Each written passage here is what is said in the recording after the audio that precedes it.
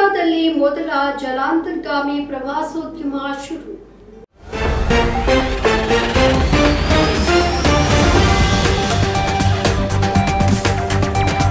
ದೇಶದ ಮೊದಲ ಜಲಾಂತರ್ಗಾಮಿ ಪ್ರವಾಸೋದ್ಯಮ ದ್ವಾರಕಾದಲ್ಲಿ ಶುರು ಮಾಡಲು ಗುಜರಾತ್ ಸರ್ಕಾರ ಮುಂದಾಗಿದೆ. ಸಮುದ್ರದ ಆಳದಲ್ಲಿ ಅವಿತು ಹೋಗಿದೆ ಎಂದು ನಂಬಲಾದ ಪ್ರಾಚೀನ ನಗರವಾದ ದ್ವಾರಕಾದಲ್ಲಿ ಸಮುದ್ರ ಜೀವಿಗಳನ್ನು ಅನ್ವೇಷಿಸಲು ಈ ಯೋಜನೆಯನ್ನ ಶೀಘ್ರವೇ ಪ್ರಾರಂಭಿಸಲಾಗುತ್ತದೆ.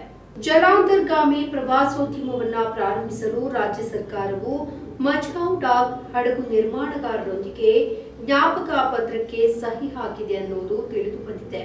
ಇದು ಜಲಾಂತರ್ಗಾಮಿ ನೌಕೆಯ ಮೂಲಕ ಸಮುದ್ರದೊಳಗೆ ಹೋಗುವ ಮೊದಲು ಅಂಡರ್ ವಾಟರ್ ಪ್ರವಾಸೋದ್ಯಮವಾಗಲಿದೆ.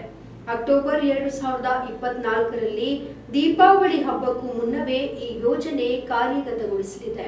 ಪ್ರವಾಸಿಗರನ್ನ ಜಲಾಂತರ್ಗಾಮಿ ಮೂಲಕ ಸಮುದ್ರದ ಬದುಕನ್ನ ನೋಡಲು 10,000 ಮೀಟರ್ ಆಳದವರೆಗೂ ಕರೆದುಕೊಂಡು ಹೋಗಲಾಗುತ್ತೆ. ಪ್ರತಿ ಜಲಾಂತರ್ಗಾಮಿ ನೌಕೆಯು 24 ಪ್ರವಾಸಿಗರನ್ನ ಹೊತ್ತೊಯ್ಯುತ್ತೆ ಮತ್ತು ನೌಕೆಯನ್ನ 2 ಅನುಭವಿ ಪೈಲಟ್ಗಳು ಹಾಗೆ ವೃತ್ತಿಪರ ಸಿಬ್ಬಂದಿಗಳು ಇರಲಿದ್ದಾರೆ. ನಮ್ಮ ಈ ವಿಡಿಯೋ ನಿಮಗೆ ಇಷ್ಟ ಆದಲ್ಲಿ ಲೈಕ್ ಮಾಡಿ, ಶೇರ್ ಮಾಡಿ, ಕಮೆಂಟ್ ಮಾಡಿ ಮತ್ತೆ ಸಬ್ಸ್ಕ್ರೈಬ್ ಮಾಡಿ.